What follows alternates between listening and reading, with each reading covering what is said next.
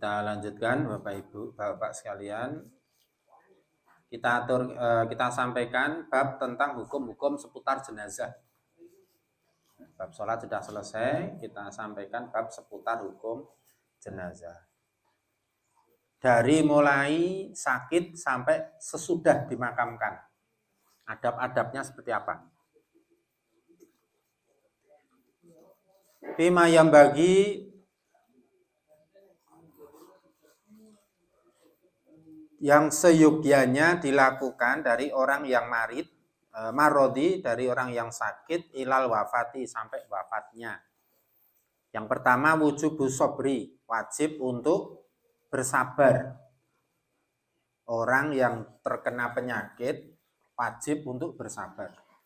Bapak dan saudara, kalau kita itu sadar betul atau tahu ilmunya, ya tahu ilmunya.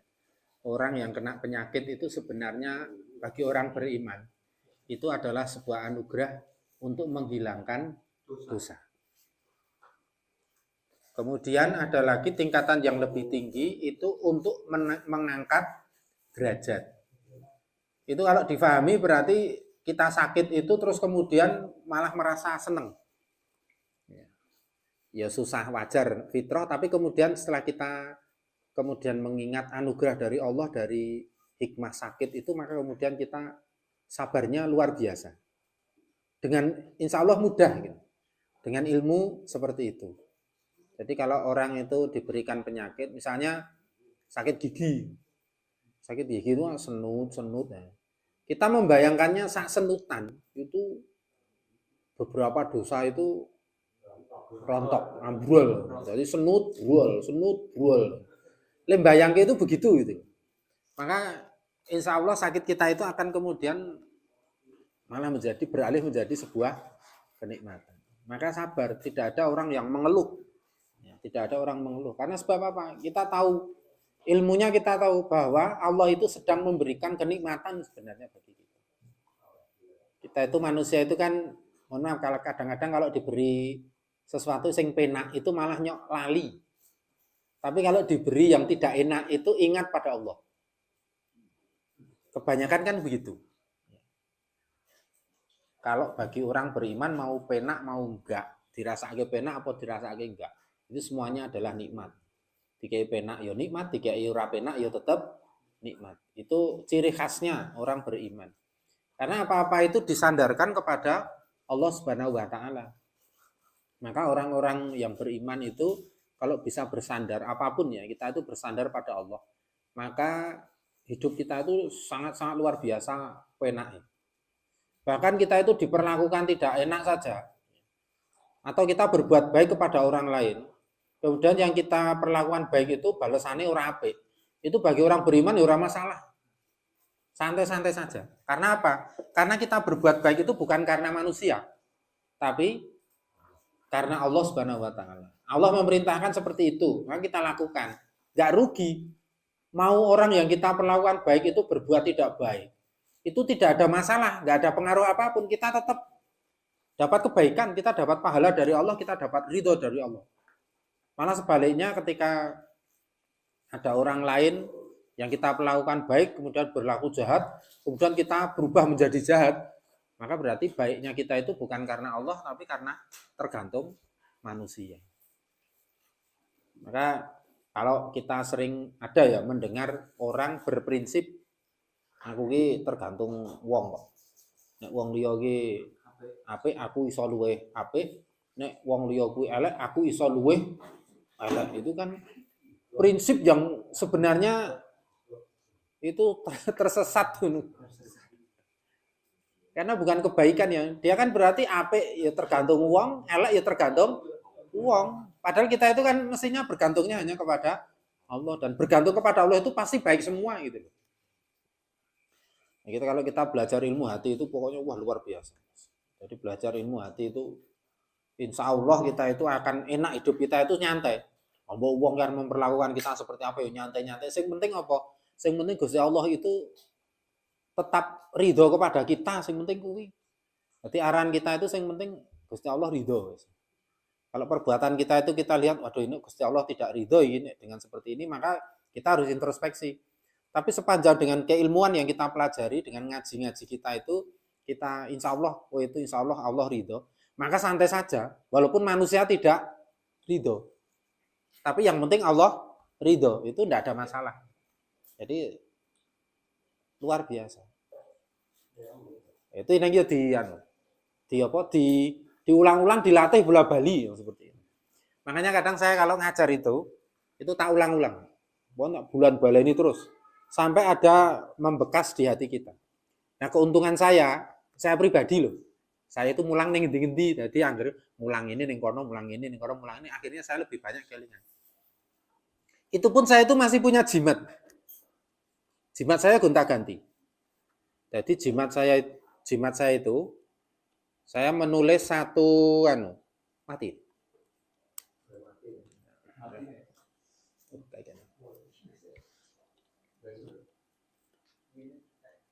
Oh, sing mati. Sing matian ini.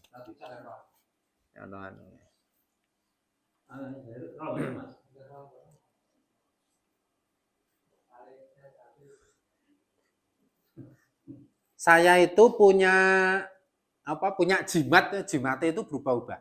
Dan ada raja ya. Tapi raja itu bukan tulisan sing ra jelas.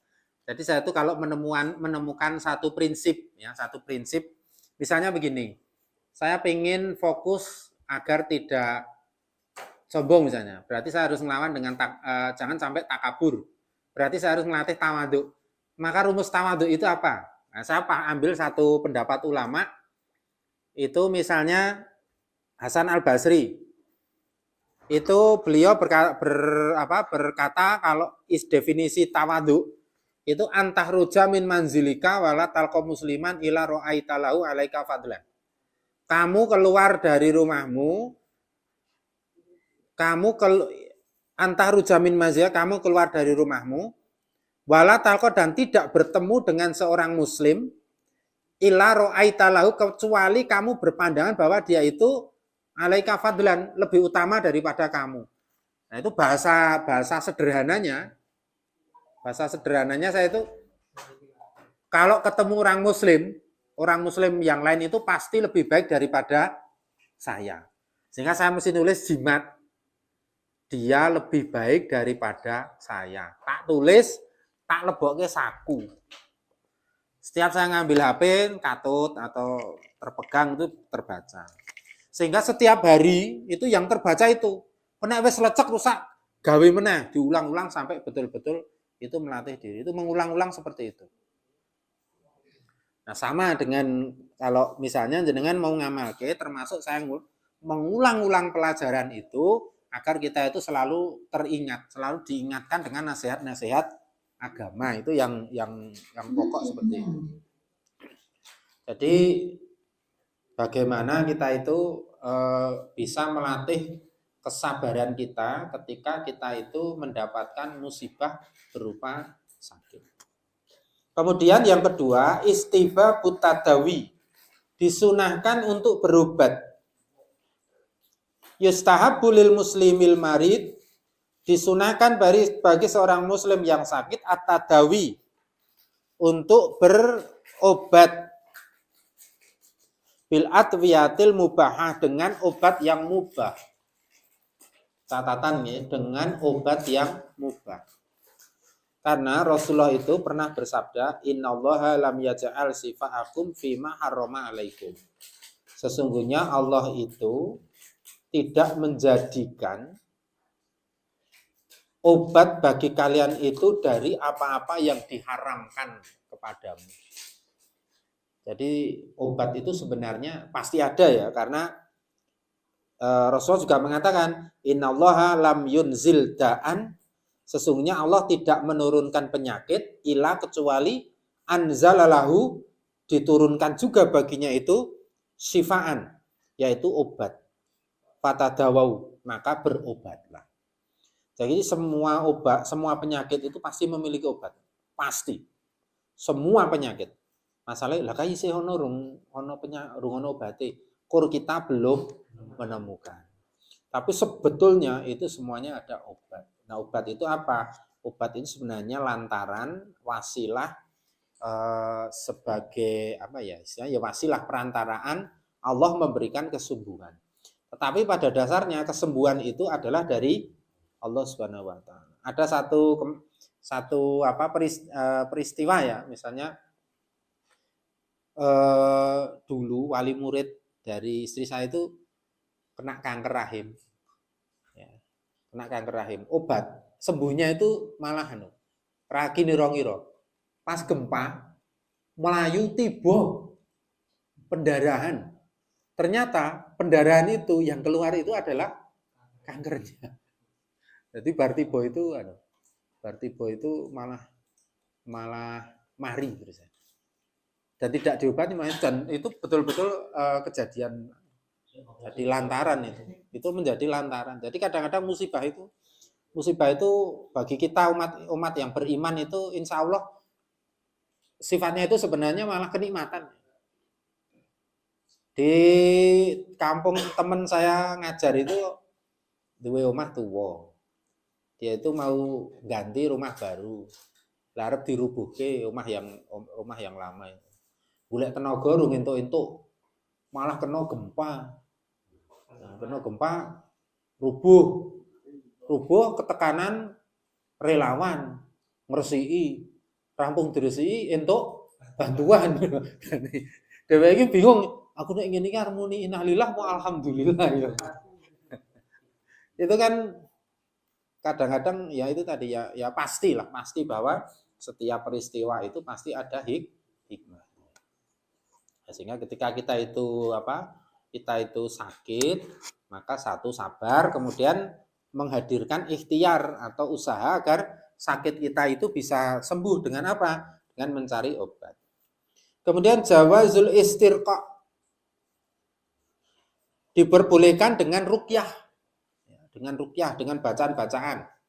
Bisa dengan bacaan, kalau yang sering umum, Allahumma robbanas adaibil ba's isfi anta syafi la sifa'a illa sifa'uka sifa'a la yughadiru saqama. Itu doa ya, doa. Banyak Allahumma shfi sa'dan, ada seperti itu.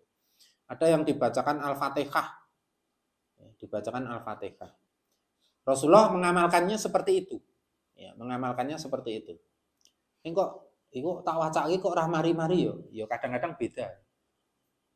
Wong nggawa pedang, sing nyekel ahli pedang karo sing nyekel ora ahli pedang, ki efeknya bisa berbeda. Demikian juga bacaan. Ya, bacaan itu kadang-kadang diwaca wong biasa. Ana wong misalnya kesurupan jin. Kemudian diwacake ayat kursi. Meleng wae iki malah niroke jejine. Tapi dibacakan oleh seorang peruqyah itu dia kesakitan. Itu bisa terjadi. Saya pernah di sekolah saya itu sama teman saya itu diwacake ora mari mah ngece ya jine. Terus kemudian diundangkan peruqyah itu akhir diwaca siji wis bungok-bungok. Itu ya kalau saya ibaratkan itu tadi orang yang memegang pedang itu bisa berbeda-beda. Jadi nek sing ahline itu ya berefek berbeda terhadap orang ya. Nek sing ora misalnya maca Al-Qur'an malah balik kepada dirinya itu bisa jadi. Dilalah wong sing macake iki seneng goroh, seneng berbohong. Dia membaca ayat laknatullahi nalal kadhibin. Laknat Allah atas orang-orang yang berdusta. Akhirnya kan mengenai dirinya sendiri. Makanya peruqyah itu ya memang orang-orang yang memang ketaatannya, ketakwaannya memang sudah luar biasa. Jadi silakan boleh dengan ruqyah, dengan catatan Rasulullah mengatakan la ba'sa biruqa malam yakun fihi syirkun. Tidak apa-apa dengan ruqyah, dengan bacaan-bacaan sepanjang tidak ada bacaan yang mengandung kesirikan. Apa Quran sih? Mengandung kesirikan bukan Quran, tetapi bacaan-bacaan doa yang lain, tetapi doanya itu kalimatnya mengandung kesirikan.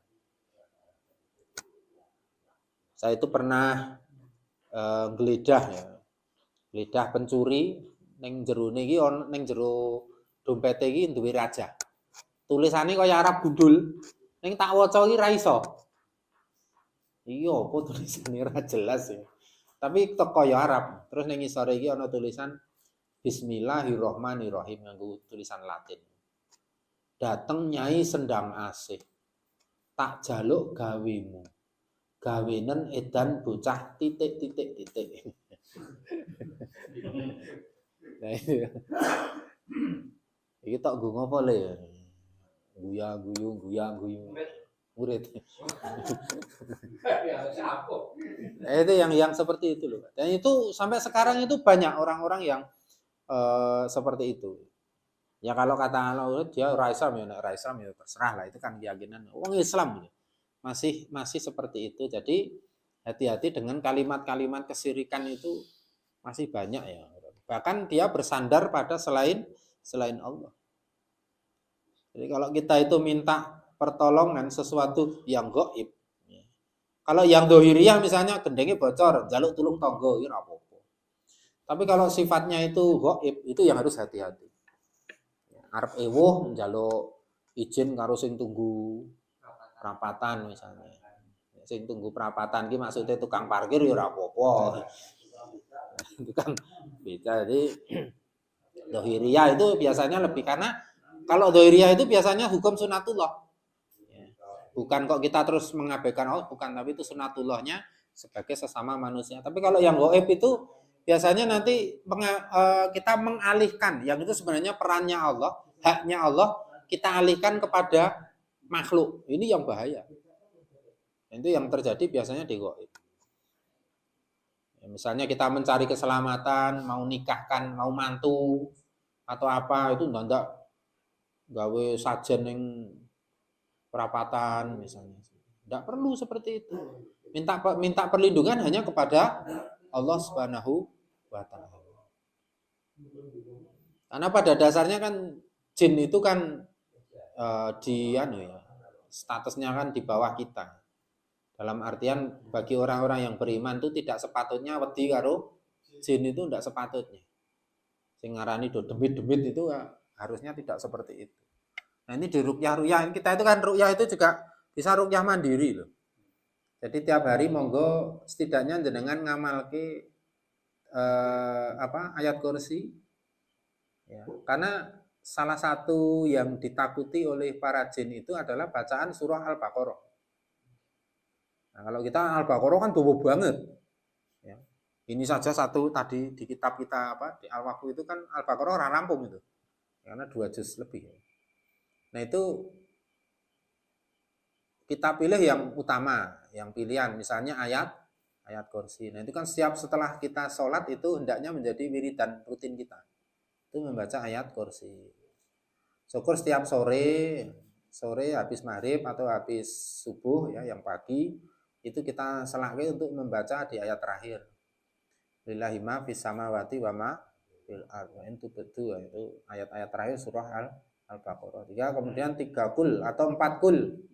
Kul ya ayyuhal kafirun, kemudian kul wallahu ahad, kul a'udzu birabbil falaq, kul a'udzu birabbin nas. Itu cara anunya begitu. Kemudian kalau mau masuk rumah, biasakan untuk ta'awudz bismillah. Insyaallah dengan membaca ta'awudz, maka jin yang mengikuti kita itu tidak akan bisa masuk rumah. Tapi kalau nggak kita baca, ya melu masuk, melu menginap. Masuk ke dalam, ucapkan salam. Kalau ada orang seperti biasa, assalamualaikum. Kalau tidak ada, ternyata kita orang pertama yang masuk rumah. Assalamu alaina wa ala ibadillahis sholihin. Assalamu alaina. Ucapan itu. Mau makan, maca bismillah. Allahumma barik lana, silahkan. Era maca engko jine melu mangan. Areng kamar mandi doa lagi. Allahumma inni a'udzubika minal khubuthi wal khaba'ith. Nah ora ndonga jine melu mlebu. Delok ade wudu didelok. Ya nek jin lanang jin wedok mah beneran. Yang sudah berkeluarga ketika mau berhubungan juga berdoa. Doa ini apa orang? Kang Tugino. Allahumma barik lana. Itu ada loh hadis itu. Doa mau berhubungan itu doanya Allahumma barik lana. Tapi hadisnya dhaif. Hadis yang sahih doa itu untuk makan. Doa Allahumma barik lana. Doa. Bisa hafal tuh kan? Nanti gini. Hafal wes lali. Wes ra tau buka. Allahumma jannibna syaiton wa jannibis syaiton nama rozaqtana. Sing nom-nom sing rusa-rusa. Ya. Jadi ruqyah. Kemudian tahrimut tamaim, haramnya memakai jimat. Ya, haramnya memakai jimat. Jimat itu apa? Jimat itu sesuatu yang kita apa ya? Jadi begini, ini harus difahami bedanya karo misalnya saya pernah menemui satu peristiwa orang keketup tawon ditempelai aki terus racun ini terus seperti kesedot itu ya. Saya tanya pada ahlian, ternyata itu lemuni. Jadi batu-batu yang seperti itu mengandung mengandung bahan arsenik atau apa itu, saya lupa istilahnya. Yang fungsinya itu dia menyerap racun. Nah, saya yang pernah dianu itu keris. Nah, keris itu didapat biasanya yang itu karena pamor. Itu bukan kok keris ampuh, itu wajar dan sunatullah katanya. Jadi kaya obat-obat biasa lah, cara dene wong kepenges dikai betadin, dikai obat itu sing tanaman itu. Tanaman untuk itu lidah buaya atau itu loh. Putih-putih itu loh. Yodium. Nah, yodium. Ya, biyen put saira wit kambil. Nah, itu kan sunatullah yang seperti itu. Termasuk keris itu tadi. Jadi keris itu mengandung yang pamor itu didapatkan, kalau keris lama itu kan didapatkan dari batu meteorit katanya. Nah, itu mengandung bahan yang bisa menyerap racun. Ora sah wujude keris wae iso gitu jane. Kalau sunatullah begitu enggak apa-apa. Jadi beda ininya. Jadi beda kalau dia kemudian pun aku nganggo iki nek ora nganggo iki aku pasti kalah anu. Jadi jimat memang ya harus hati-hati di intinya itu di seputar gaib lah yang perlu kita hati-hati itu di sana. Kemudian sebagian bacaan yang bisa kita baca tadi yang sudah saya baca di Allahumma robbanas itu tadi banyak sekali. Kemudian ada bismillah. Jadi membaca bismillah a'udzu biizzatillah. Jadi ada beberapa bacaan nanti jenengan kalau ingin ngamalkan ya. Yang paling populer yaitu Allahumma robbanas. Kemudian bolehnya berobat kepada orang-orang kafir atau kepada wanita, laki-laki kepada wanita. Kalau wanita kepada laki-laki ini harus diminimalisir sebenarnya. Karena memang beda status wanita dengan status laki-laki. Jadi sayangi kita di Indonesia lagi malah ukai kewalik-walik. Dokter kandungan, itu ukai malah lanang. Dokter kelamin malah itu.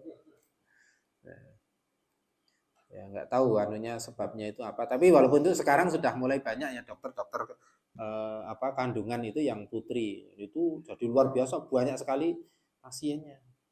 Karena bagaimanapun ya secara fitrah namanya orang darurat nyawa yang terancam, pokoknya jangan sampai beda jenis, apalagi yang putri ke laki-laki. Ya, putri ke laki-laki. Untuk sesuatu yang membuka aurat, kalau hanya umum enggak apa-apa di puskesmas.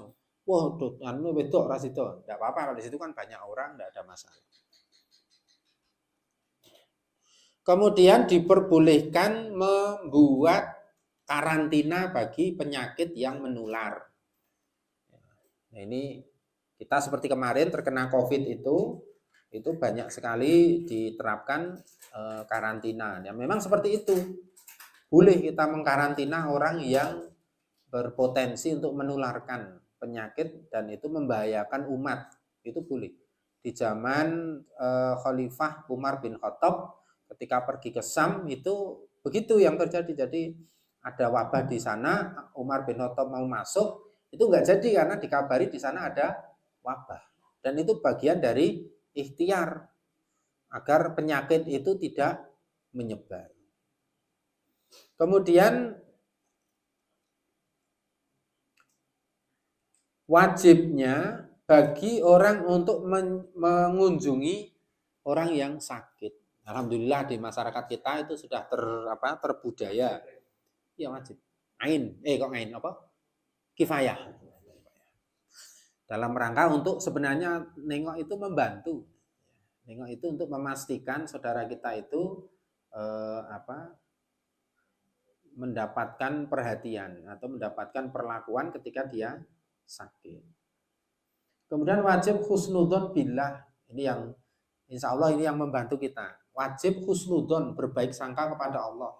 Insya Allah kalau kita berbaik sangka kepada Allah, pasti kita akan mendapatkan kebaikan. Tapi kalau orang sakit, dia suudon.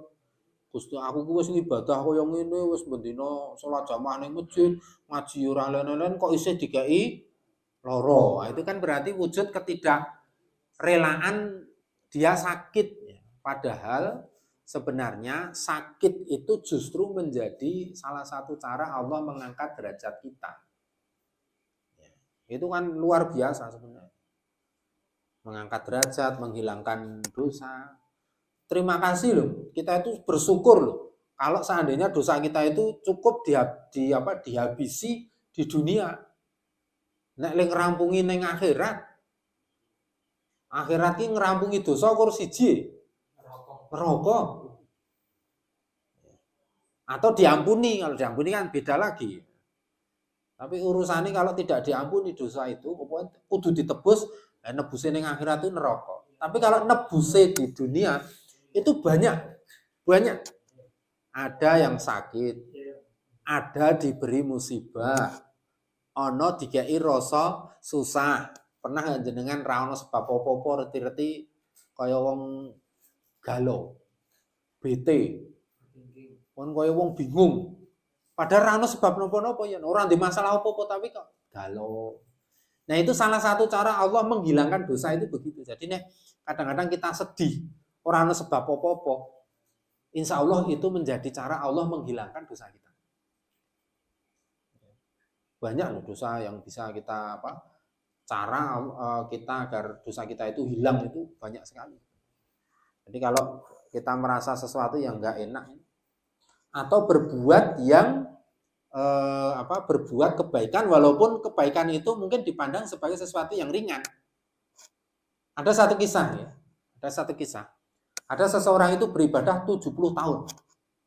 Kon ibadah sregep ora tau nglakoni dosa.